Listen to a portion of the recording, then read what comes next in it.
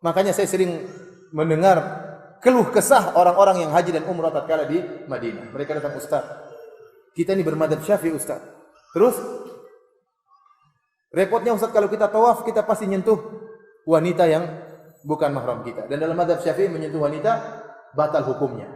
Wah repot Ustaz, kalau lagi tawaf orang lagi rame batal lagi, gimana cara tawaf? Padahal kalau batal wudu, tawaf tidak sah menurut empat madzhab. Mereka bingung. Sampai akhirnya ada yang memberi caranya kamu merubah madhabmu tatkala itu karena darurat. Iya benar, ini difatwakan. Sampai ada niat, aku berniat untuk merubah madhabku dari madhab Syafi'i kepada madhab Maliki sementara. Tapi diniatkan. Sehingga ada yang mengatakan caranya kamu wudunya sudah wudu model Maliki, jangan wudu Syafi'i. Wudu Syafi'i kan cuma gini-gini katanya. Wudu Maliki harus dirubah. Kenapa? Supaya pembatal wudunya juga pembatal wudu Maliki. Nah, menurut Imam Malik menyentuh wanita itu tidak membatalkan apa? Wudu. Nah, kamu jangan wudu dengan madhab Syafi'i. Wudulah dengan madhab apa? Malik. Sampai timbul fatwa seperti ini. Apakah Imam Syafi'i pernah mengajarkan kalau kamu kepepet rubah madhabmu? Tidak ada juga. Jadi saya katakan kalau kamu bermadhab Syafi'i dan kamu yakini kebenarannya, harus kamu konsekuensi. Komitmen dengan madhab tersebut. Terus bagaimana Ustaz? Ya sudah, kamu kalau umroh tahan, jangan sampai kesentuh. Tutup tanganmu dengan kain ihrammu.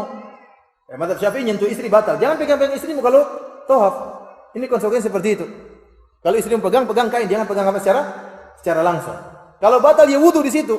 Ini kalau mau komitmen dengan madhab Syafi'i dalam masalah tawaf, bahwasanya menyentuh wanita membatalkan wudu. Tapi kalau saya jelaskan, menurut saya lebih mengkuatkan pendapat gurunya Imam Syafi'i, pendapat Imam Malik, bahwasanya menyentuh istri atau menyentuh wanita tanpa syahwat tidak membatalkan wudu. Ya, tapi saya tidak bisa paksa mereka, saya cuma jelaskan. Tapi pernyataan boleh rubah madhab ini ini jadi tanda tanya. Memang Imam Syafi'i tidak pernah mengharuskan dia harus bermadhab seperti dia. Kenapa? Kalau kita mengatakan seorang kalau sudah madhab Syafi'i enggak boleh keluar, ini melazimkan Imam Syafi'i maksum. Berarti semua kebenaran berada pada satu madhab saja. Dan ini melazimkan Imam Syafi'i nabi yang lain. Seperti kedudukannya seperti Rasulullah SAW. Baru saya berpendapat harus bermadhab Hanafi, enggak boleh keluar, maka seakan-akan Imam Abu Hanifah maksum. Kelazimannya demikian. Loh, kenapa saya enggak boleh keluar di madhab Abu Hanifah? Kalau kamu keluar kamu sesat, berarti Abu Hanifah enggak boleh diselisih, berarti dia maksum. Sama seperti Rasulullah SAW. Dan ini tidak pernah dinyatakan oleh para imam. Mereka sendiri tidak pernah mengajak orang untuk bermadhab dengan madhab dia. Mereka hanya mengajarkan sebagai guru dan banyak yang mengikuti. Tidak pernah mereka mengajarkan untuk taklid kepada mereka. Tapi para hadirin dan hadirat yang dirahmati oleh Allah Subhanahu wa taala, dari sini kita simpulkan bahwasanya bermadhab itu tidak harus, namun kita boleh bermadhab, dan itu di antara cara mudah belajar agama dengan bermadhab, ya karena metodenya sudah jelas, ya.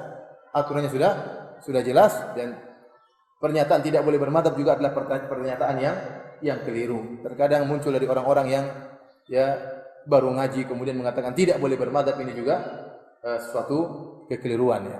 Kenapa? Bagaimanapun seorang dia pasti bermadhab.